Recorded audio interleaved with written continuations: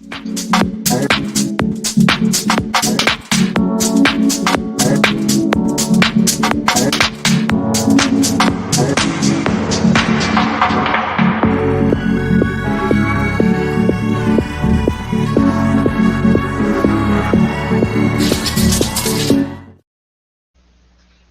my Crystal Loves Texas podcast family. And we all got to remember, we're looking at that camera right there. Now we're looking. Now, Kim, I want y'all both to look at me and see if I'm looking.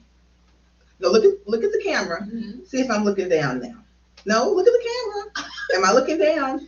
I don't know, because I'm looking at the camera. Okay, well, you can see if my head is looking down. Now your head's looking down. Oh, anyway, okay. You guys, we got some new podcast equipment. Yes. So. Thanks to Michelle Williams, who came down last Saturday and helped us get everything set up. So, Michelle, I hope we don't sound like we're in a vacuum or in a tunnel like we did before. But I want to thank Michelle for coming down and getting us all set up. My name is Crystal Dillard, and I am your teacher in the classroom teacher candidate for Texas House District 131, and we are on our way to Austin. Am I right, Rebecca? Of course you are. Am I right, Kim?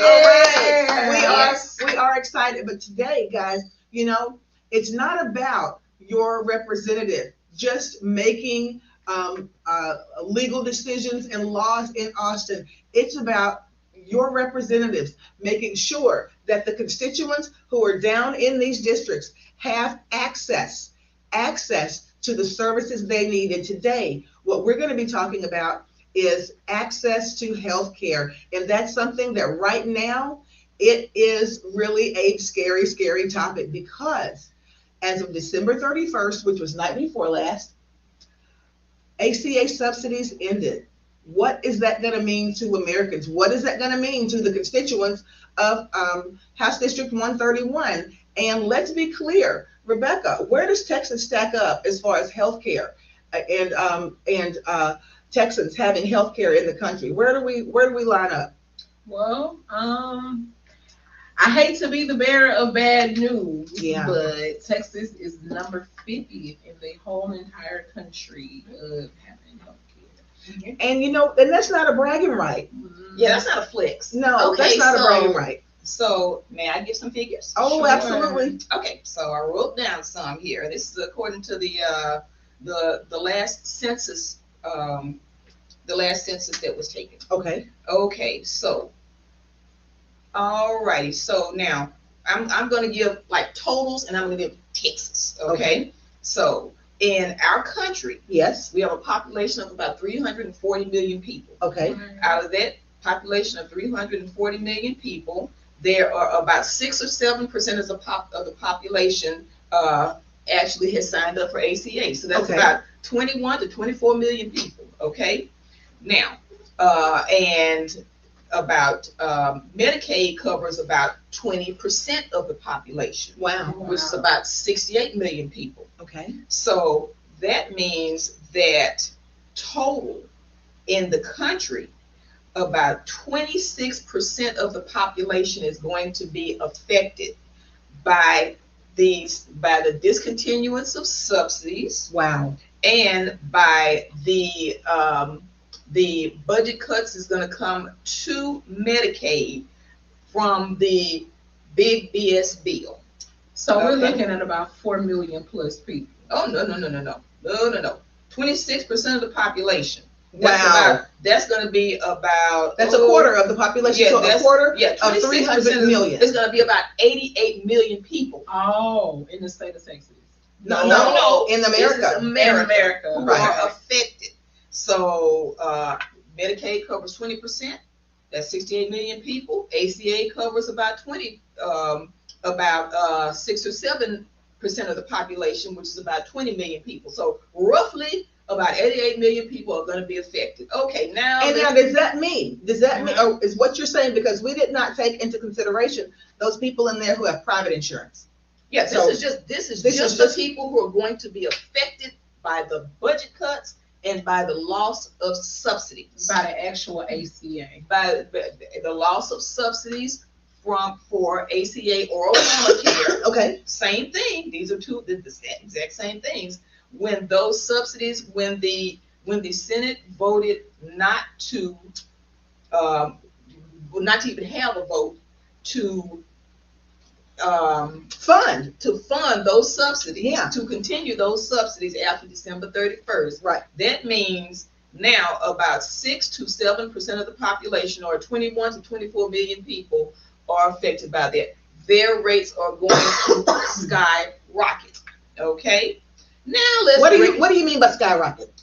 Just anecdotally, people have been getting now once these subsidies, when the writing was on the wall that these subsidies would not be continued, right? Then at that point, people started getting their what their estimates would be for their new insurance premiums. Yeah. Some people had in premiums going from $200 to $1,000. Absolutely, yeah. You know, so, I mean, so these, like I said, it's anecdotal right now. Yeah. Because there are no figures, no hard figures to show this. It's just what people are saying. Hey, this is what is happening with me. Those are the people who are going to be affected most are the people who have the more serious diseases or health care chronic conditions, right, or children with those things, or adults with those things, children with chronic diseases, chronic health, chronic things. They're the ones who are going to be most affected, because what has been estimated is that the people who are the younger, healthier people are going to just say, you know what, I don't need it. I'm just gonna not have health care. I'm young, I'm healthy. And that's the people who own businesses. That's right. The people, it may put people out of business, effectively. For ACA, the people, I have to get figures, but anecdotally, the majority of people who are on ACA are people who are small business owners. Just small business owners who have been locked out of private insurance. And me and Crystal, we know that ourselves, because until Obamacare came through, back when we've had our television business, our insurance was, God, please don't let me get sick. That was our insurance. Just prayer. That's it. And the thing about it is, Kim, I understand where the younger people are coming from. They say, well, I'm young, I'm healthy right now, I may not need it, but God forbid there be an accident. There be a fire, there be a catastrophic, or no, something health-wise happens that you had no clue about. And all of a sudden, you are swamped with $100,000 hospital bills that you can't pay for. That's right. So let's kind of revisit how insurance works. Insurance works by, they look at an aggregate. Right. The people who are the healthier Explain people, what aggregate means. the entirety of a population. Yeah. So what is the way it's done is that the healthier people who pay their insurance premiums into the insurance plans, who may never use them, they're the ones who are actually propping up paying the lion's share for people who do get sick. That's right. Because when people get sick, that's when they use their insurance. That's right. They don't use their insurance if they're not sick. That's right. So the younger and healthier people are paying premiums, and those premiums are actually the ones that pay out when the people who are not as healthy get sick. Okay, well, let me ask you this, Kim, and then I want you to tell a personal story of how Obamacare, ACA / Obamacare really came, you really got to see the full effect of it when you had an illness in your family recently. Okay, so that was not it. So let's just understand, with insurance in the United States, there are several different kinds of insurance. Okay, I just mentioned Medicaid and Obamacare, which is ACA. Which covers, those are one and the same. They are one and the same. Yes. And it covers about a quarter of the population. Those two together cover about a quarter of the population. Now, the other part of the population, the other 75%, is either going to be covered by private insurance. That means people are paying out of pocket private insurance, or they're insured by their job. Now that's probably where most people get their insurance, and I want to talk about that a little bit. Okay, through their job. And then there's another population that is on Medicare. Okay. These are people who the are elderly population or disabled population, and those people, the people on Medicare. So basically, that's where most people are insured by either private insurance, insurance to their jobs, Medicare, or ACA or Medicaid. Right. Now, if you don't fit into any of those categories, that means you are uninsured. That's right. And SOL. Yeah. Crap out of luck, basically. So for the people who sit here and wonder, like, okay, well, the subsidies don't affect me, so I don't care. Because I've been hearing a lot of that all over social media. I'm sure. That's so let me explain to you how all of this works. Right. When you go to the hospital, let's just say you have a bad injury, you go to the hospital and the injury is serious. Right. The hospital is not going to necessarily turn you away because you have this serious injury. They must treat you. They must treat you. Yes. Here's for the people who say this doesn't affect me. When those premiums cancel out, or they double, triple, quadruple, and people drop their insurance. Insurance because they can't afford it, the hospitals have to pick that tab up. If they get hurt. That's right. Right. The hospital has to take that. Guess where the hospital is going to get that money from? Those ones who have to pay, who are paying in. Who are right? Because people are not going to show up at the hospital and be untreated. Right. That's not the way that our hospital system works here. Right. So your premiums are going to eventually go up. Yes. I see people already when they were enrolling at their jobs and stuff like that. Why is the insurance so high? Because they predicted, those insurance companies predicted, okay, this is not going to get passed. This is not going to go through. Yeah. So let me just go ahead and raise prices now to have our bases covered. Right. So the people that are insured now because of their jobs, because of this, the reason your premiums have risen was because the insurance company took a step ahead of the government and just decided to go ahead and raise those premiums so they can meet their bottom line. Right. So Rebecca and Kim, let me throw this out there. As the United States, we like to tout ourselves as being the most advanced technologically, educationally, and in all first world references, country in the world. Okay. However, as far as first world countries go, how can the United States have a system whereby our people are not taken care of when they are sick?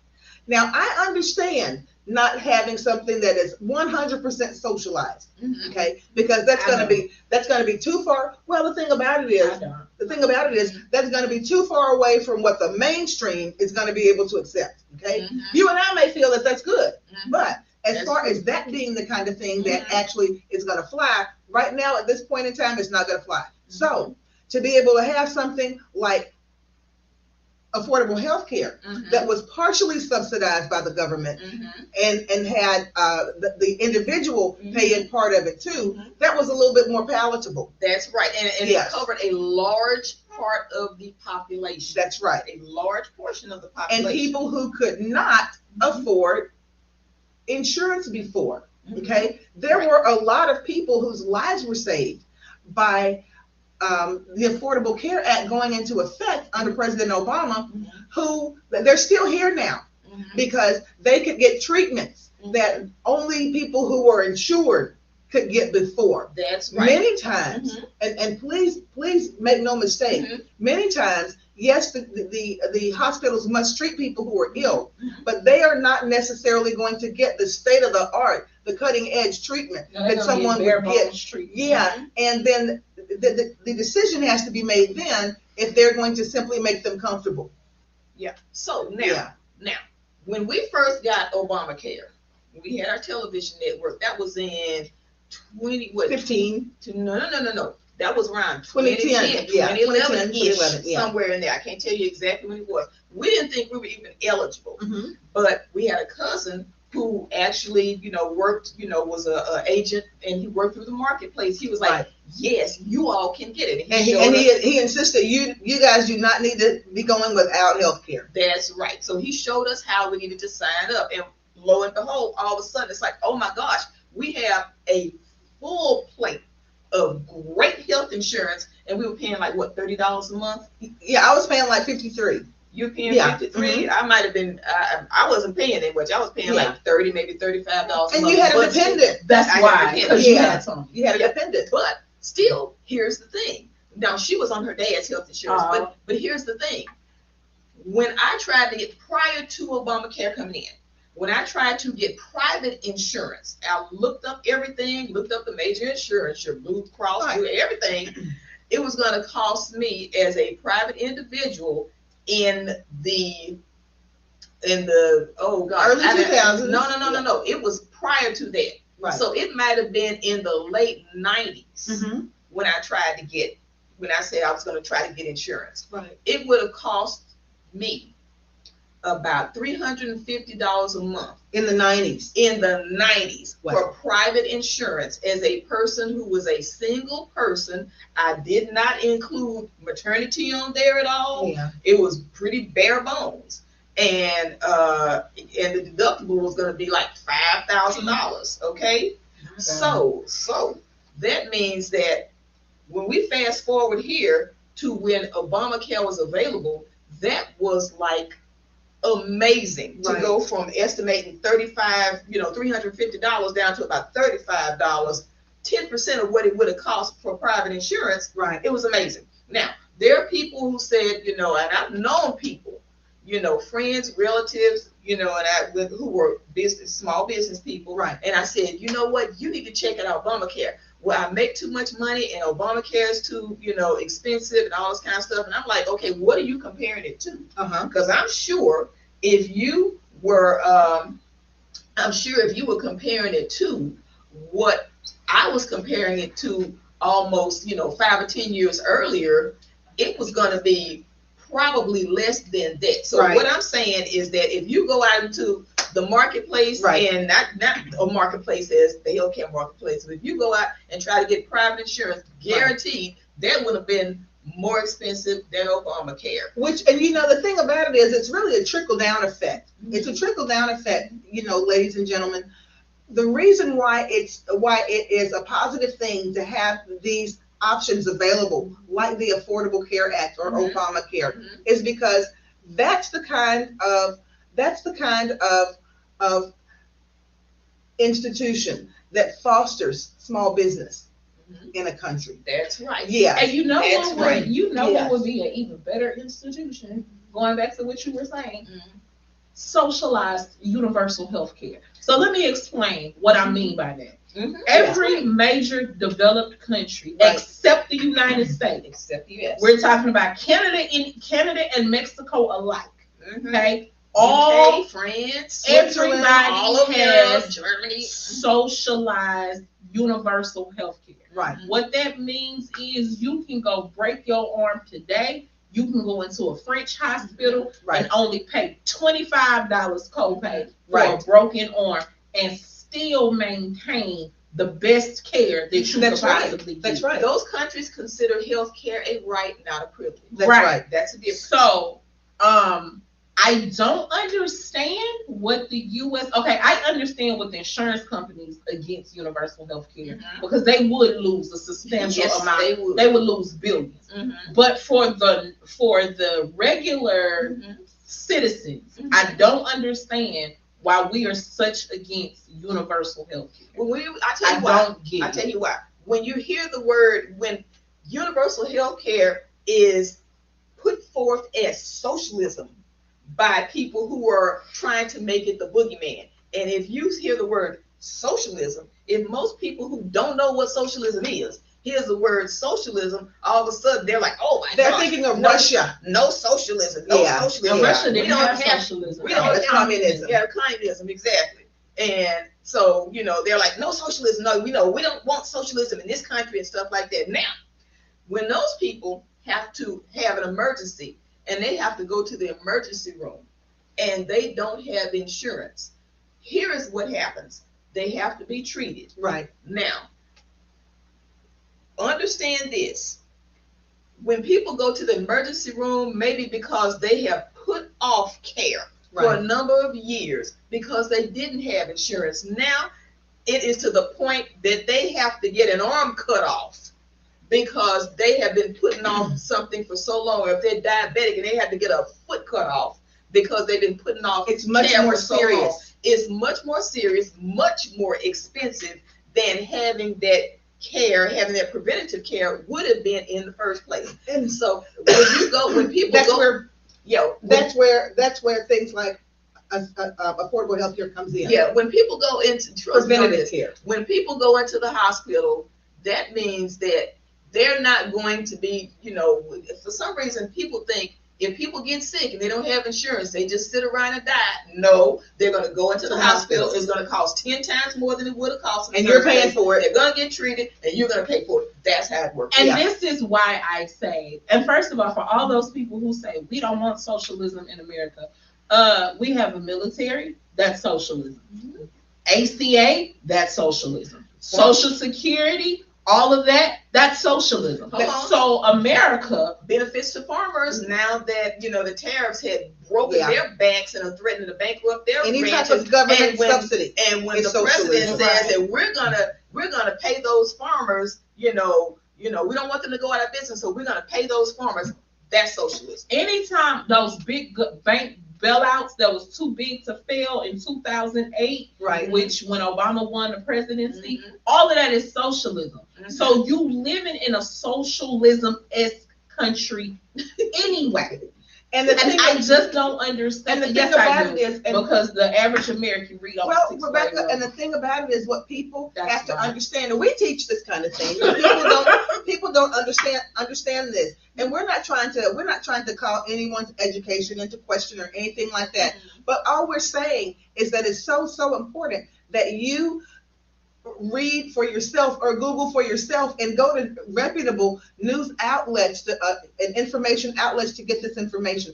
Socialistic government simply means that at certain points the government steps in and they help out with funding things. That's what that means. Mm-hmm. That means that the society is the responsibility of the government. Mm-hmm. And at different points in our lives, when everybody had to go in, or when everybody was encouraged to go in and get a COVID shot, get the entire series, and it was paid for. You didn't have to pay for it. Right. That's socialism. Right. It was socialized medicine. That's right. I read something from I've been reading a lot of these things and reading the comments and things like that, looking at Apple News and stuff. Yeah. And someone from Canada was saying that in Canada, what they do now, some Canadians out here, please correct me if I'm wrong. They said in Canada, part of their taxes, when they pay taxes, the taxes go to pay for insurance. They go to pay for their socialized medicine. That's where the portion of their taxes go to. Unlike America, whereas we pay insurance companies to insure us. So at that point, we're not paying for, they're paying for health care through their taxes, whereas we pay for health insurance through our insurance companies. That's the difference right there. And one is going to a private entity and one is going to a public entity. Yes. Well, private and insurance companies, but hold on, they have shareholders. They might be owned by different kind of funds and stuff like that. Right. They have shareholders. That's private. That's private. Right. Okay. Right. But, so that's what it's going. That's what it's going to. Now, but here's the thing, Kim. Let's be clear on something. I think it's really important that people understand this. As advancement and technology and societies change, sometimes it renders certain types of entities obsolete, which means that are there still multiple wagon wheel companies around right now? Are there still entities that make stagecoaches around right now? Maybe only for show or for preservation's sake. Yeah. But as societies change, we have a society whereby it's pointing more and more towards us having a system of healthcare whereby more people need to be covered. That's right. The population, we have a population of baby boomers now. Right.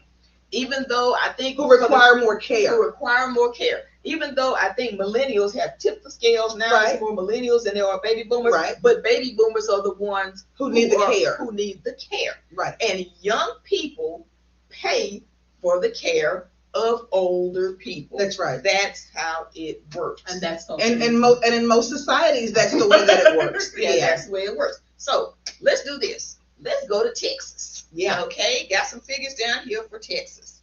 Now, Texas. And that was where I was confused. I'm sorry for the people when I said 4+ million people. That's where I know Texans. We get into that. We get into that. I got the United States and say we get into that 4 figure. Listening is also fundamental. Okay. All right. Now, Texas population, we have roughly about 31.5 million people in Texas. Right. Okay. Now, Texas has the most amount of uninsured people of any state in the country. In the country. We're 50 That's in right. healthcare. About 16.6 to 20%, according to the U.S. Census. Right. 16.6 to 20% of the population is uninsured. So that's about 5 million people who are uninsured. Okay. Now, Hispanic people are more uninsured. About 38% of adult Hispanic people are uninsured. Hispanic population. Yes. About 22% of the Black population is uninsured. Okay. Now, in Texas, for ACA enrollment, Texas had about 4 million people enrolled in ACA. And that's let's see, that's about Medicaid had about 14.6% enrollment. Right. And let's see, and I'm sorry, and ACA had about let's see what it was. Well, we're gonna let Kim figure those. We're gonna let Kim figure those percentage all together. Let me just put totals on this. Yeah. So all together, ACA plus Medicaid, about 26% of the population had either ACA or Medicaid. 26% of the population. Okay. 16.6 to 20%. I'm just gonna round that up to 20%. Is completely uninsured. So that means the other half of Texans either have it through their jobs or through Medicare, or that's what that means. Okay, so what is happening now in the state of Texas is that, and not only that, throughout the country, when these subsidies were, when the Senate said no, we're not going to have these subsidies, that means in a red state like Texas, people who voted for Republicans in the state of Texas. They're Republican senators and Congress people. That's right. And I'm sure those people in that 26, in that, let's just say in that 20% of the unemployed population. Right. I mean, of the uninsured population, I'm sure many of those people were Republicans. And the thing about it is, here's the thing, and that's what I wanted to kind of get to. So people voted for their own, essentially, demise if they got and what was going to be against their own best interest. And the thing about it is, we're talking about, Kim, let's call it what it is. We're talking about a situation where we have a president who simply did not want to honor the good measures that were instated by another president that he had something personal against. Yes. And the thing about it is, it's going to turn around and hurt millions of Americans, many of them who look just like him. He does not care. And let's name check this, okay? He could not stand Obama. He did not stand that Obamacare That was a nickname for it. Right. That was actually a pejorative. And it was supposed to be an insulting. It was supposed to be an insult. It's supposed to be a pejorative. Right. Because they thought Obamacare was going to basically make everybody hate it. And make everybody hate it. Right. But lo and behold, people love being able to have insurance. Yes. What are the odds? And you know what's more ironic than that? What's that? That wasn't even an Obama blueprint. It was a Romney blueprint. Right. Romney had it as governor in his own state. That's Obama right. looked at it and said, because if you think this is great, this is great. This yes. is something that we can use for the entire country. Right. Yes. So it's really and truly, if you're going to get technical with a Republican measure. it's a Republican plan. Right. Right. So I still don't understand why is it so awful when the Republicans essentially came up with it. Well, when you have someone who is the president of the United States, who basically is pretty much a big spoiled baby man, at that point, then personal feelings and grievances come into play. So and it doesn't matter what the fallout is. It doesn't matter what the fallout is. Now, when those people who had SNAP benefits, I mean, check back a few, back 2 months ago. A couple months ago, when he said, okay, I'm going to take these people off SNAP benefits if the Democrats don't come to the table. He did not care that those people who were on SNAP benefits would not eat. He wanted to many of his own supporters. He wanted to use that as a stick to get the Democrats back to the table and then try to blame them for it. Right. Okay. Right. So, if you have someone who is, I'm just gonna say it, right. a malignant narcissist, yes, who does not care or has no empathy for people at all, then at that point, use that. Or the ramifications of their decisions. Use it. Why not? Yeah. Exactly. Use it. So when people say this, when people, I heard when the election came around, 90 million people didn't vote. Now, that's the figures I keep getting over and over. 90 million people did not vote. Who were registered voters. Who are at least voting age. 90 million of them because they didn't like the choices. They didn't like the choice. And they said, many of them said, well, both of the parties are exactly the same. Let me ask you this. To people who said that, did Democrats try to take your health insurance? No. Did Democrats try to take your food subsidies? Your food subsidies, which many people 20% of the population. Did they go back and try to reduce Medicaid? And that fight is not over. It's not. Come January 31st. 26th. No, January the 31st. It's back on the table. Yes. 26th. Okay. It's back on the table. We looked it up before we came in. It's back on the table. For SNAP and Medicaid. So this time, what the Republicans had, and I remember we were having this conversation last week. Right. What the Republicans have now as their holding, as their idea to bring to the table. Not idea. Their concepts of a plan? No, what's the word I'm looking for? As their power play. Okay. Now it's back in the Republicans' hands of the power play. So their power play move. Ours was healthcare. Now there's our abortion.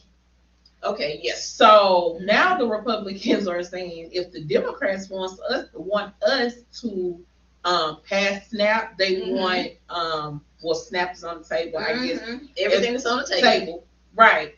Then they have to agree to have a 50-state abortion restriction / abolish plan. So now the Republicans are saying, now the ball is in our court. You want us to pass SNAP? Now. Well, you know what? Here's the thing, Rebecca. So Rebecca, here's the thing now. This is the thing that's going to happen now at this point.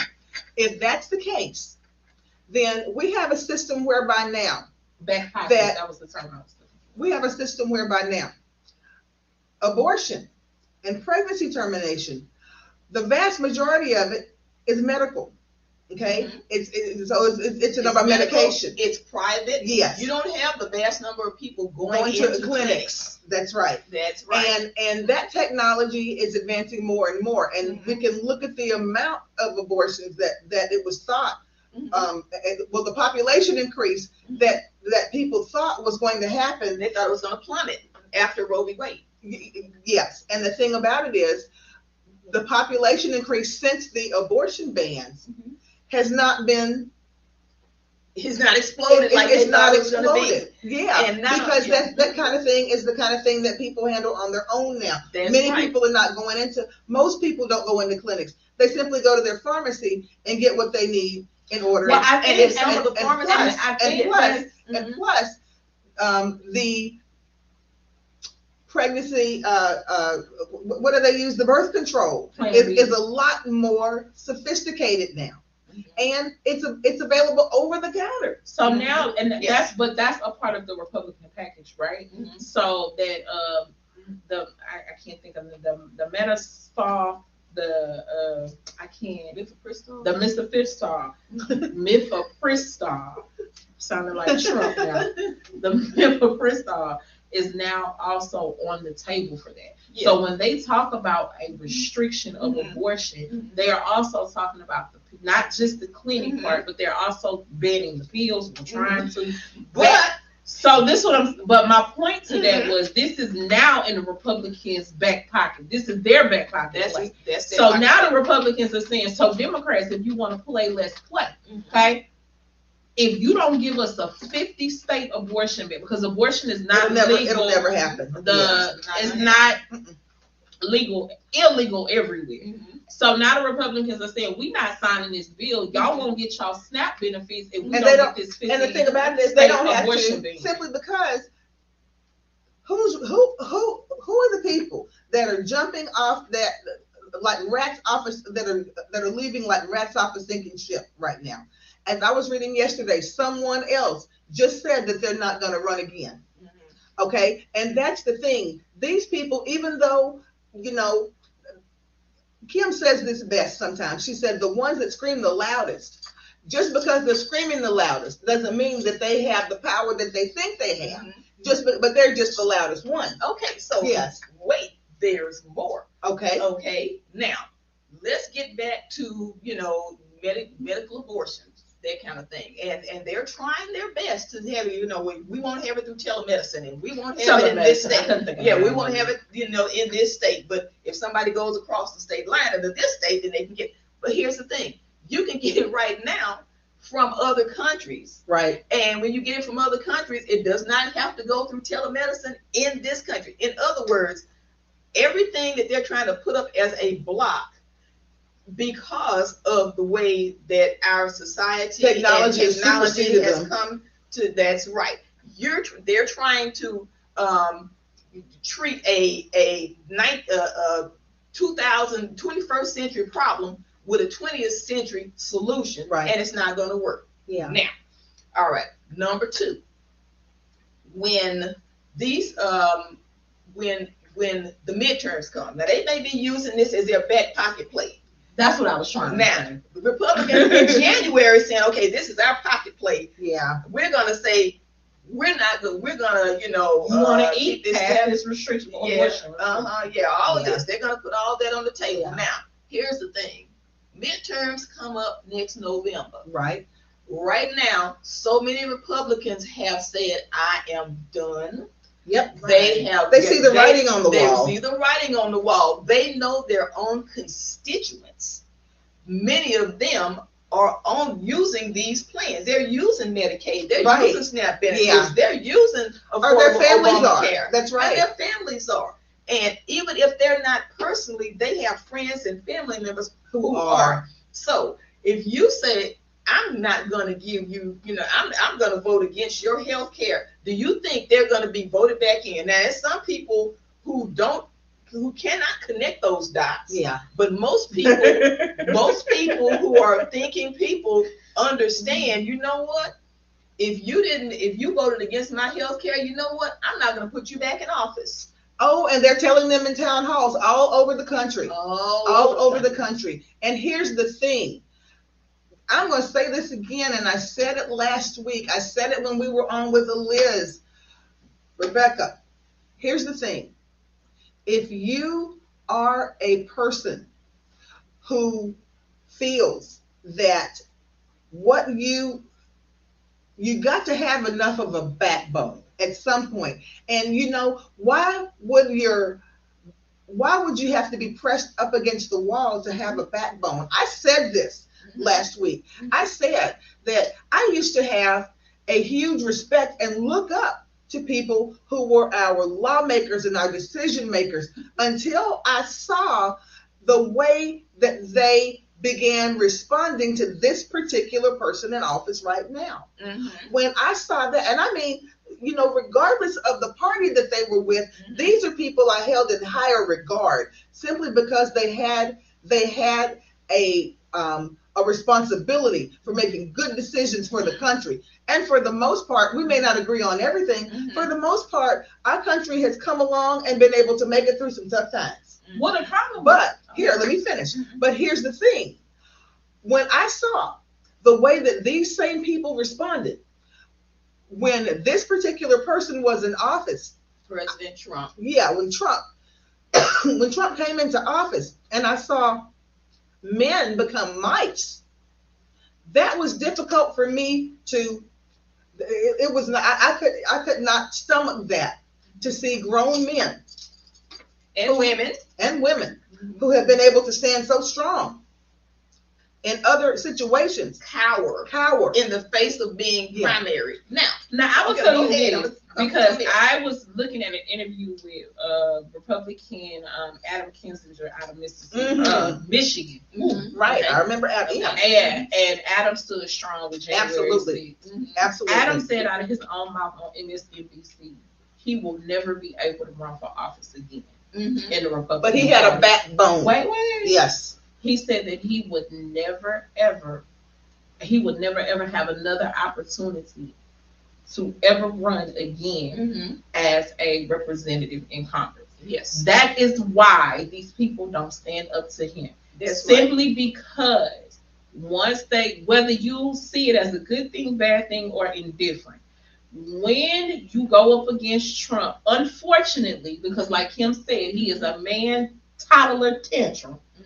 When you go up against Trump and he has you blackballed, you are not just blackballed out of your seat. You are blackballed out of that party, and you're blackballed out of that office. And see, that's how it worked in the beginning. That's right. That's how it worked in the beginning. Liz Cheney even said that she could never ever run for anything. But she'll be able to again. That's how it worked in the beginning. So that's what I'm saying. Yeah. You have these people that say, you mean to tell me a lifelong dream of mine, and I'm here, and I love what I do, and all of a sudden, if I go up against this man, I could lose my seat, or I could lose my place in the party. All of a sudden, the tide started turning. Yes. So, and we saw people that we thought would be the staunchest supporters begin to say, wait a minute. Yes. Now, was it last month, the month before last?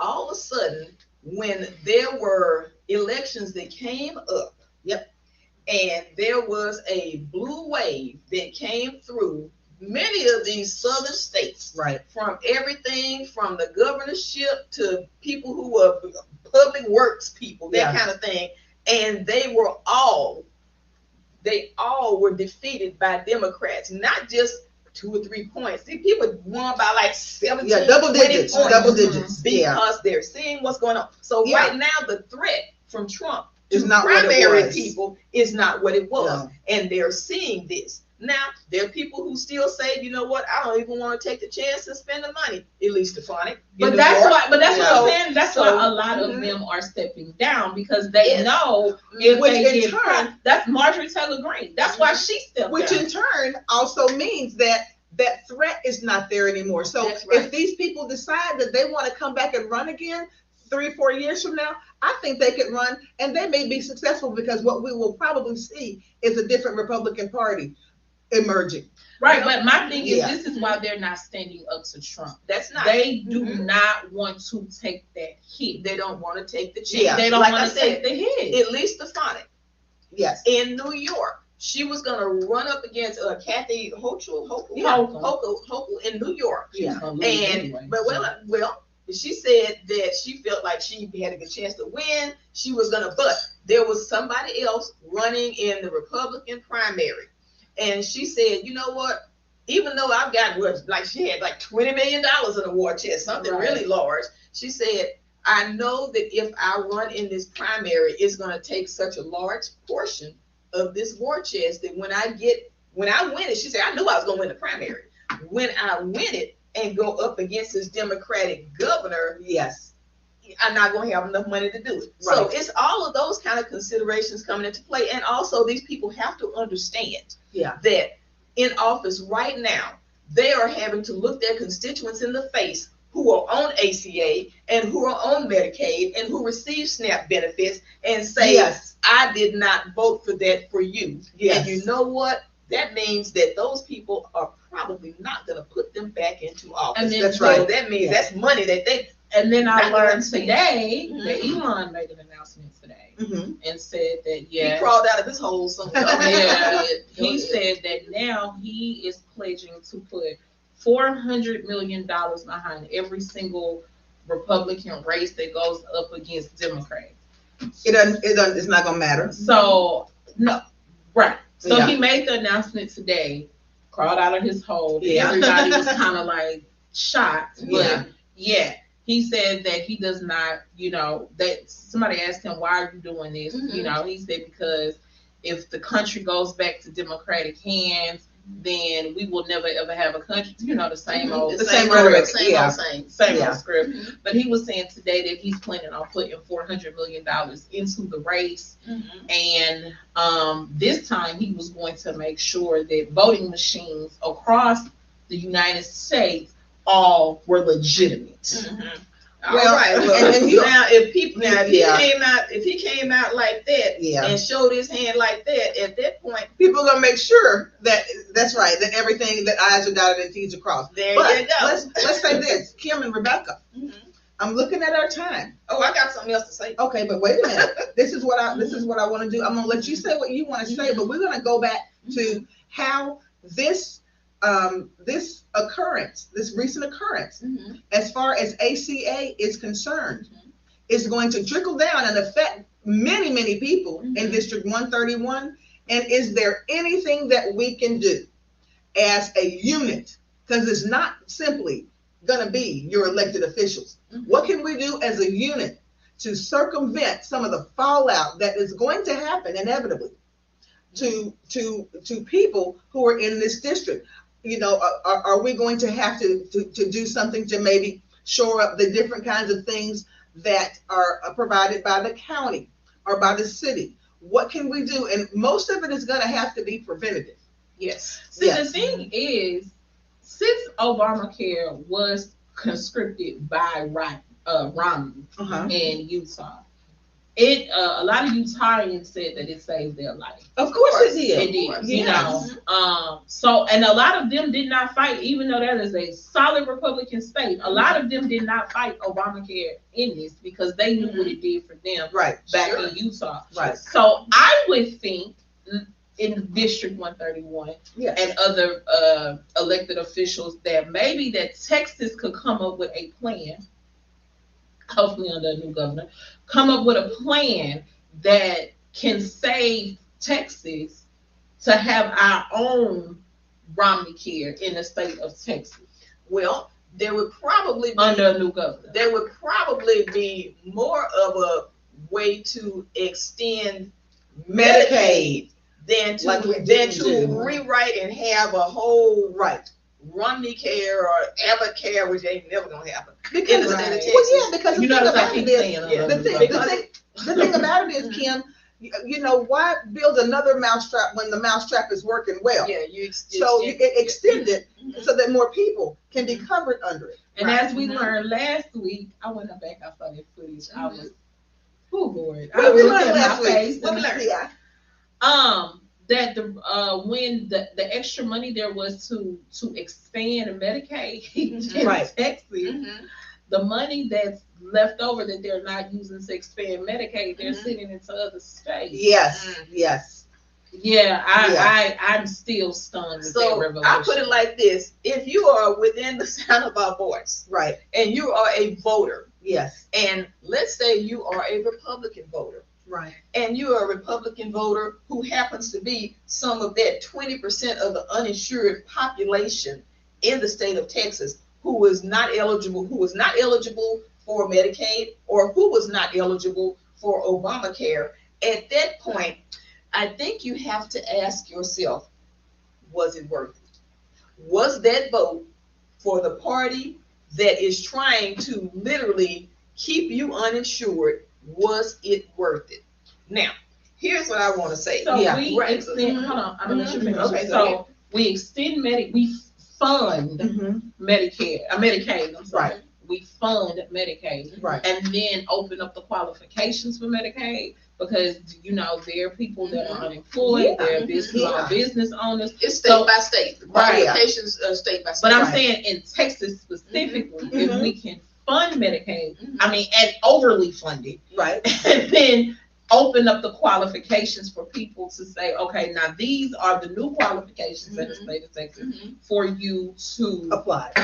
Right. So you would be open to doing something like that, Crystal? Absolutely. And the thing about it is, Rebecca, when you have a healthy society, that is going to be, first of all, you're going to have a healthier bottom line, because you're going to have more people contributing to the tax base. Right. You're going to have more people who are able to work and contribute to.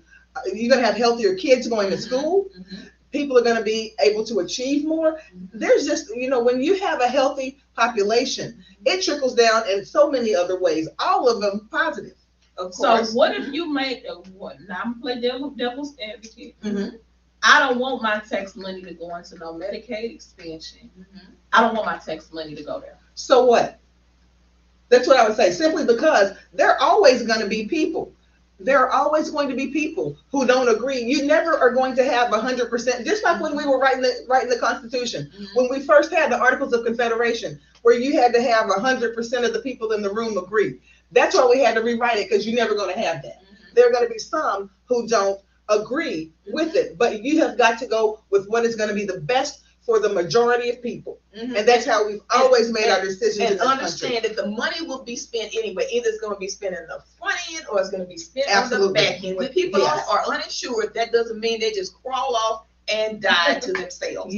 That's not what happens. Right. Now, let me go back with a couple of anecdotes, okay? Yes. Crystal, when you first got Obamacare, that was the first time Crystal and I both were able to get colonoscopies. Okay? Now, yes. My colonoscopy was, great. Crystal had polyps. Yeah. Quite a few polyps. Now, we have a very, very high incidence of colon cancer in our family. Wow. Okay? Now, if those polyps, let's say if we did not have access to Obamacare, and those polyps were just left there, not removed. That's the kind of thing that could become cancerous. That's the kind of thing that could become cancerous. And knowing that we have a high incidence of it in our family, that's the kind of thing that Crystal might not have been sitting here today. Okay, maybe not. That's one of the anecdotes for Obamacare. Now, number two, for some of the Republican concepts of a plan, they were throwing out things. This is on a national level. They were throwing out things like health savings accounts. Explain what that is, Kim. A health savings account is when you are able to actually have a account that is blessed by the federal government to be tax free.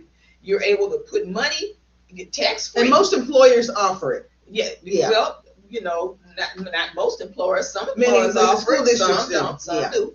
But you're able to put money into pre-tax dollars into this health savings account.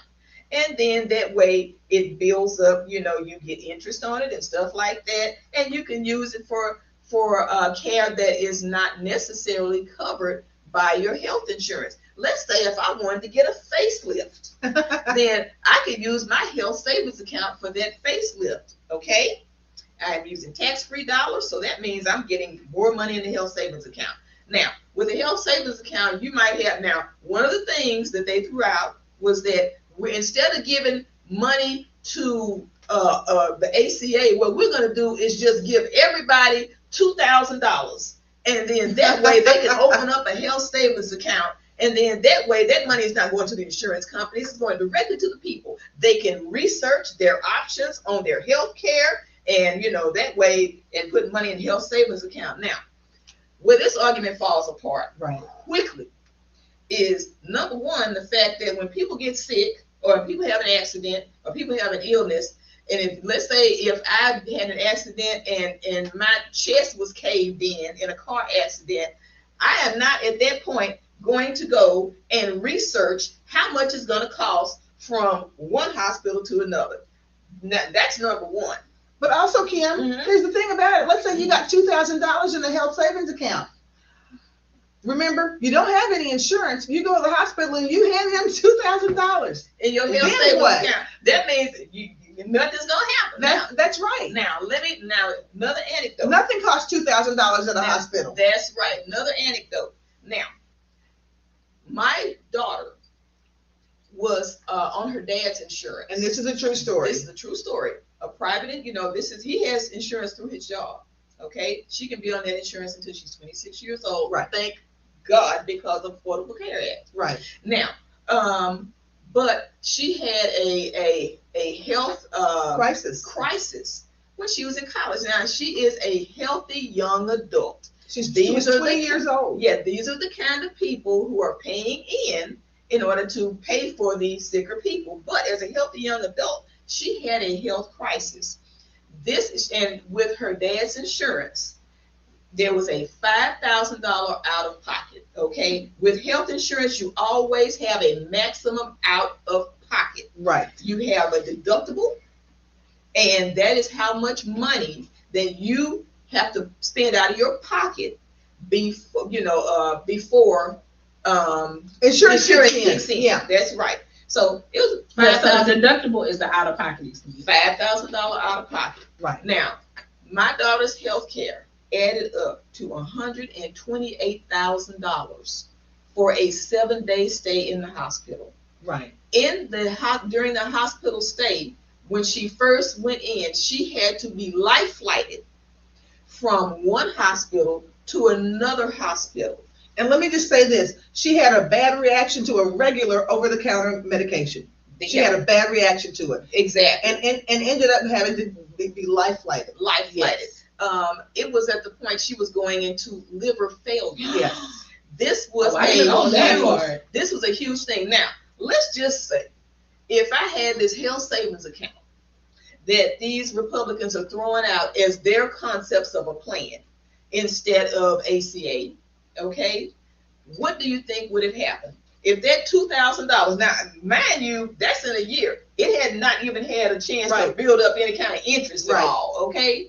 So at that point, you got a $128,000 bill, which is not out of the ordinary for people who have gone through some sort of a catastrophic event. Right. You have that bill, and then you have a health savings account, which maybe, even if it was a 50% interest rate, now maybe you have $3,000 in a health savings account.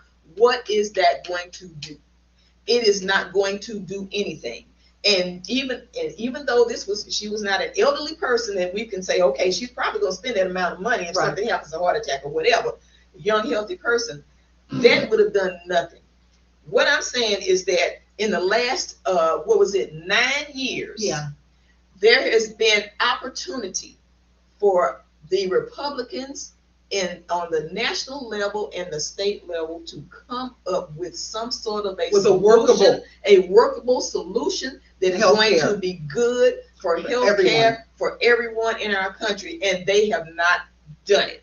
Just getting rid of the subsidies, which makes it to where people are not going to be getting health insurance and buying Obamacare, is not solving the problem. That's right. And if you are a Republican, that's increasing the problem. That's right. And if you are a Republican voter, and these things are going to be crashing down on you, at that point, now you might want to ask, did I vote the correct way? Was my vote for the Republican Party worth it? Was my vote for John Cornyn And Ted Cruz. And here's the thing I want to say. I'm just going to put this out here. I'm going to give Rebecca the last word on this. How important. There comes a place in time, ladies and gentlemen, where you have to decide if you are going to be loyal to humanity or to party. Or even to yourself or to a party. Yes. And, you know, when you make a decision to vote against your own best interest or the best interest of your family, of your neighbors, of your school district, then you have got to start questioning whether or not that ball has begun rolling and but that little snowball has become an avalanche. Mm-hmm. And then you got to engulf you. That's right. And when you know, avalanches are never good. So my mom, this had to be in 1999. My mom had to put a pacemaker in because my mom has congestive heart failure. And when they got the bill back, I'll never forget my dad's jaw dropped. She was in the hospital for 7 days. 7 days and then another 4 extra days because they wanted to make sure that the pacemaker was working functioning right. Yeah. They got the bill back. It was $230,000. Right. That sounds right. So their deductible, I remember my dad saying, was like $900. Also, he got an extra discount because my dad at the time, he was working for Prudential. My dad is an insurance agent. Right. And unfortunately, or you know, insurance agents and their family, they get discounted even more for like surgeries and stuff like that. So I can just imagine. So we were very fortunate that her surgery didn't put us, you know, in the poorhouse. Right. And I think, you know, my dad will tell you himself, sometimes I have an unfair advantage because I actually am, an insurance agent. And a lot of my dad's benefits have spilled over for lifetime benefits. That is the fortune. So, you know, he still pays into that.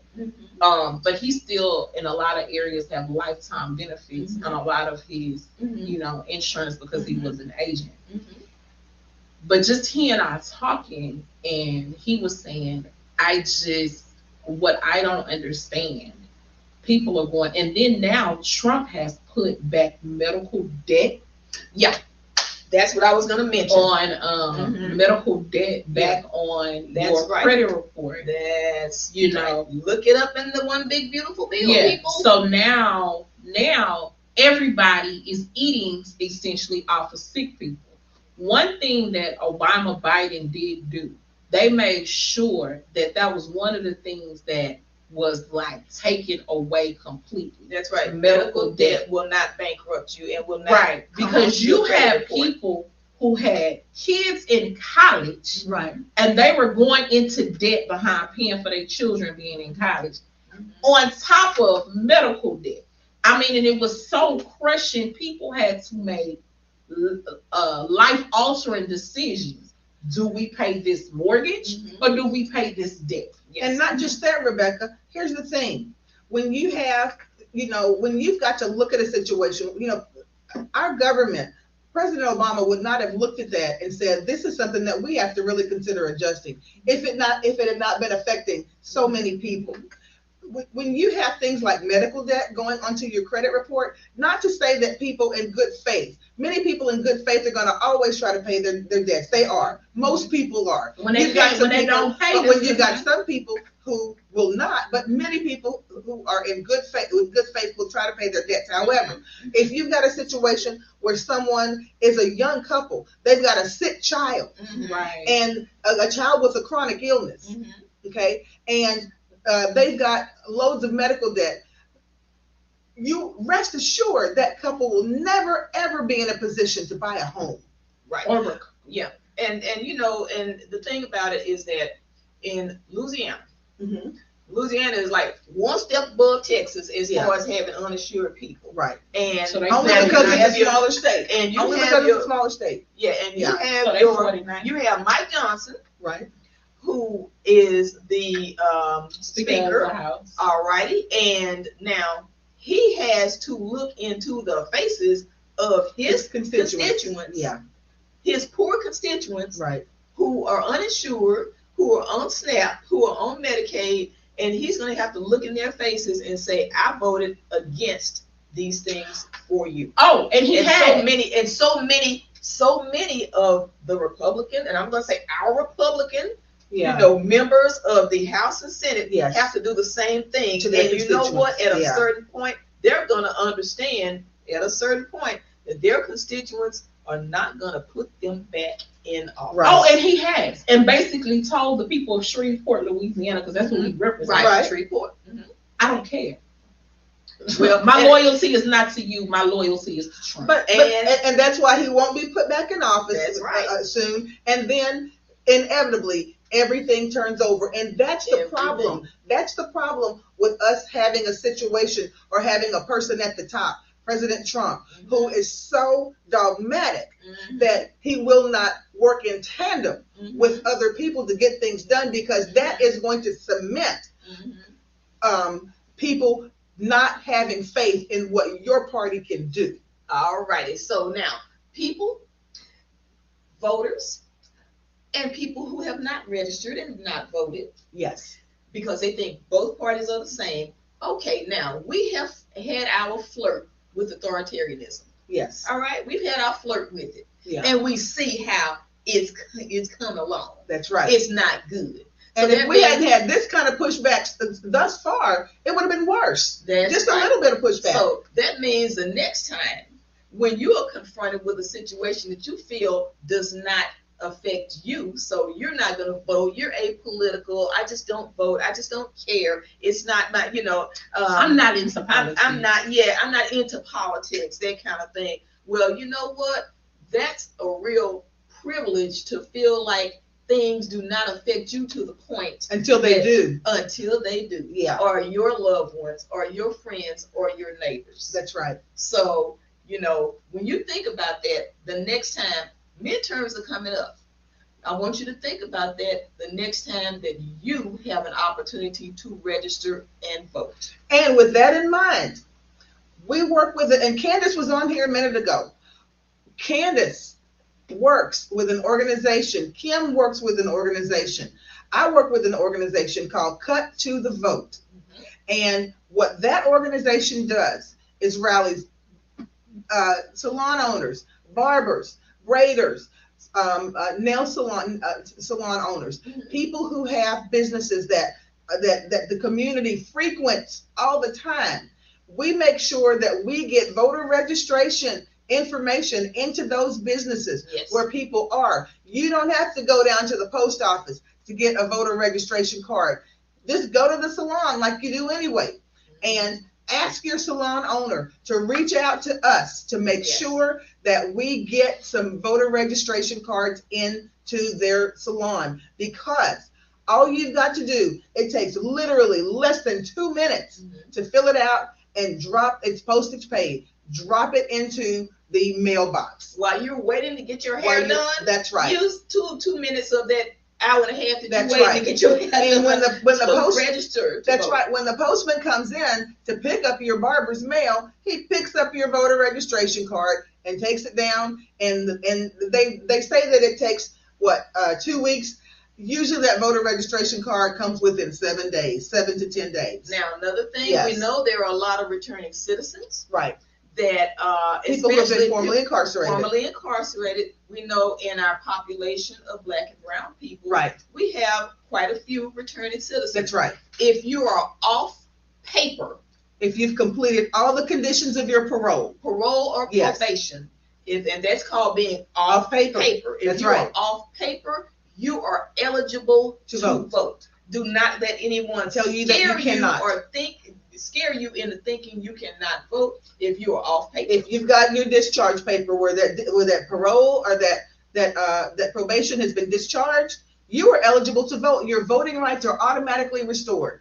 Yes. Yes. So this coming up time in midterms and every election that you can, even before midterms, even if it's for dog catcher, you register, you vote.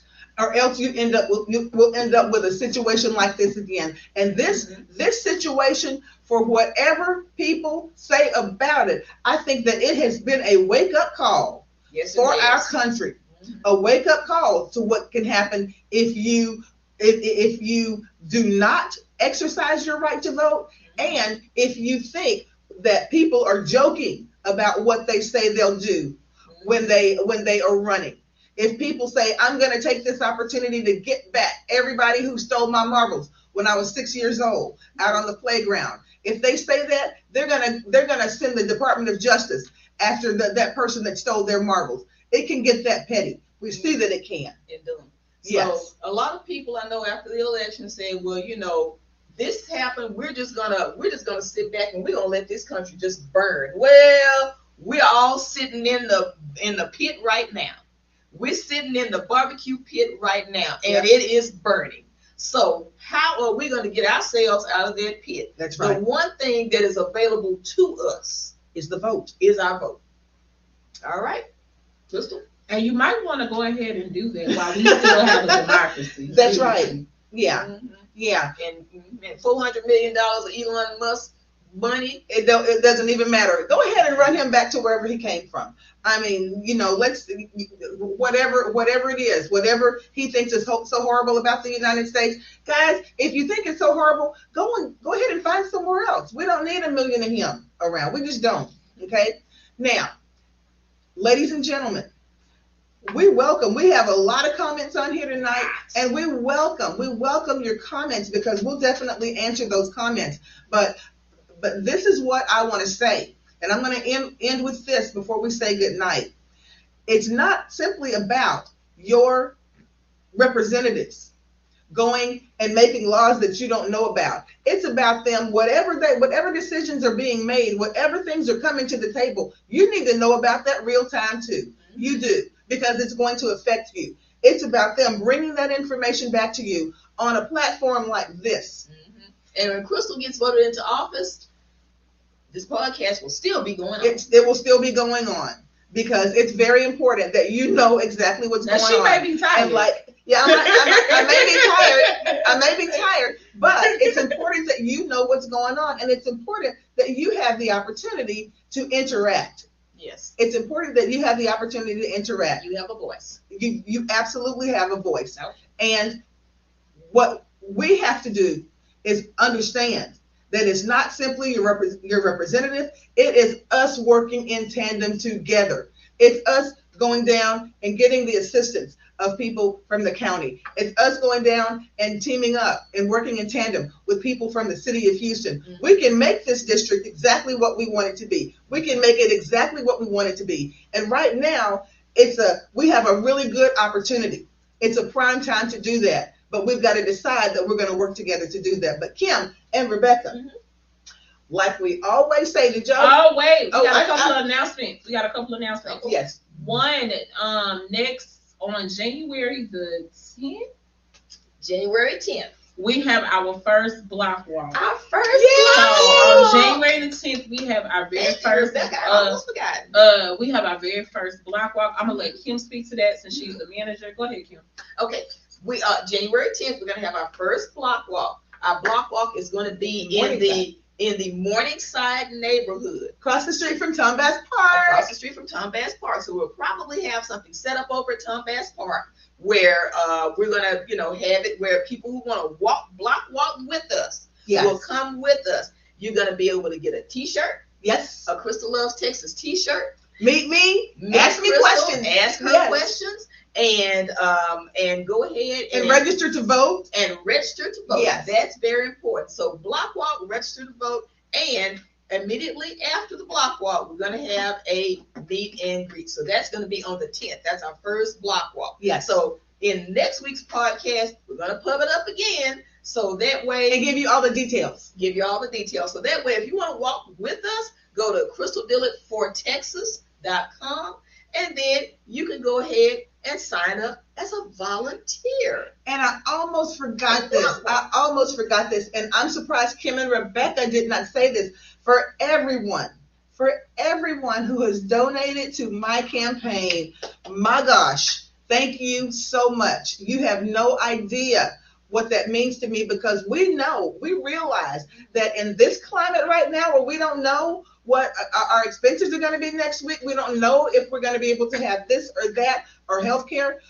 For people to make the decision to support my campaign means the world to me. Yes. And ladies and gentlemen, especially my teachers, my friends of teachers, my former teachers, guys, we've got to get out and support these teachers who are going to be working on your behalf to make sure that we don't forget that public education in Texas doesn't become a thing of the past. That's right. You know, we don't want to tell our kids how it used to be when we would go to football games on Friday nights. You know, that kind of thing should not be a thing of the past.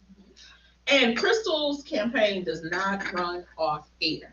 So yes, air and oxygen and vibes. Yes. So we have to have money, $2, $3, $10, $5, $100. It doesn't. $1,000 if somebody is generous and want to write a $10,000 check. Absolutely, absolutely. And guys, I have two different ways, actually 3 different ways that you can donate to my campaign, and we'll make sure that we get that in these comments. You can donate through @Blue if you go to Crystal Dillard 4. That's the numeral 4, Texas. TEXAS.com. You just click that @Blue button, and it's right there. And Crystal, just real quick, tell them what the significance of 4 is. Oh, the significance of 4, Crystal Dillard 4, the numeral 4, Texas. I'm number 4 on the ballot. On the ballot. 4 Texas. That's right. Yes. So now, Crystal, where can folks see you? They can see you here on Facebook. Yes, they can see me on Facebook. And you can also, and please follow me on Facebook. Please like me on YouTube. Mm-hmm. Subscribe on YouTube. Subscribe on YouTube. Share on YouTube. Yes. Okay. And share here on Facebook. That's what I really want to get across to you guys. And she's also on Instagram and TikTok. Yes. And since we are grassroots, people are going to find out about us through your sharing. Yes. Okay. So just think, if we got 5,000 eyes that are on us from my page, if you share it, that's another 5,000 or 1,000 or 500 from your page who'll learn about our message. That's right. Another from Kim's, another from Rebecca's. If you just hit that share button, a share means everything. Don't just click that like or I like that or give me a little blue thumbs up. Just click share. Right. And that's as good as a donation for those people that are not able to donate anything. That's perfect. But we still want you to donate, though. Yes, right. Do what you can. That's not a substitution. Do what you can. Absolutely. Also, so we have that coming up. So Crystal is going to be a lot more visible. Yes. These next couple of months, you are going to see her practically everywhere in the district, at different activities. So Crystal's face will be in a place. It's after the holidays now. Yes. Everybody has kind of died down. So now everybody's focus is on the election and the upcoming elections. So she is going to be visible, at churches. Visible. I'm going to be at different community organizations. The MLK parade. We're going to be in the MLK parade. Yes, we are. Yeah, so that way you can see Crystal, you can see the marching Rosies at the MLK parade. And that way you can go ahead and give her a we can do it. And we've even got some crystal keychains that we're going to be throwing out. Yeah. And we've got some crystal buttons that we're going to be throwing out for you guys. Yes. Mm-hmm. But more than anything, please, whatever you can, donate to my campaign on @Blue. Donate to my campaign on GoFundMe. Mm-hmm. This is a teacher-centric, education-based campaign, and if we want things to be the way that they are and get better from a public school standpoint, please put your teachers in office.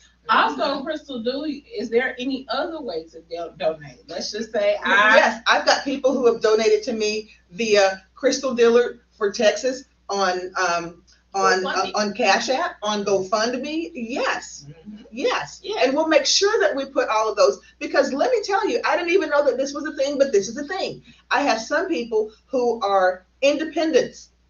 They're independents. They don't subscribe to either party or any party for that matter, and they don't necessarily want to go to an ActBlue. Okay, and let's be clear, when you donate through ActBlue, you got some trails that follow you. You're on the list. You're on the list, so you may get information from every other Democratic candidate who is in Texas and the United States from that point forward. Some people don't want to have any parts of that, and that is okay. So what you can do is you can give to my campaign on GoFundMe. And GoFundMe is great because that also gives you an opportunity, that gives teachers from all over the country the opportunity to support me.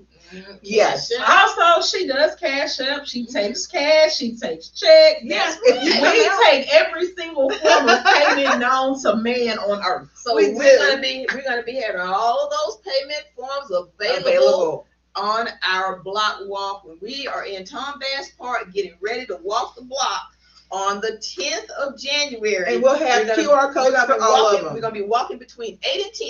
Yes. So, like I said, we're going to be, saying a little bit more about it next week also. Yes. So that way, if you want to walk with us, go to Crystal Dillard for Texas, go to volunteer. And if they volunteer, one of the boxes you can check is block walking. Yes. And that way, we can get information directly to you. Basically, we're telling you, repeating this information, where we're going to be, and what time it's going to be. And walk the block with us in your Crystal Loves Texas, Crystal Dillard for Texas t-shirt.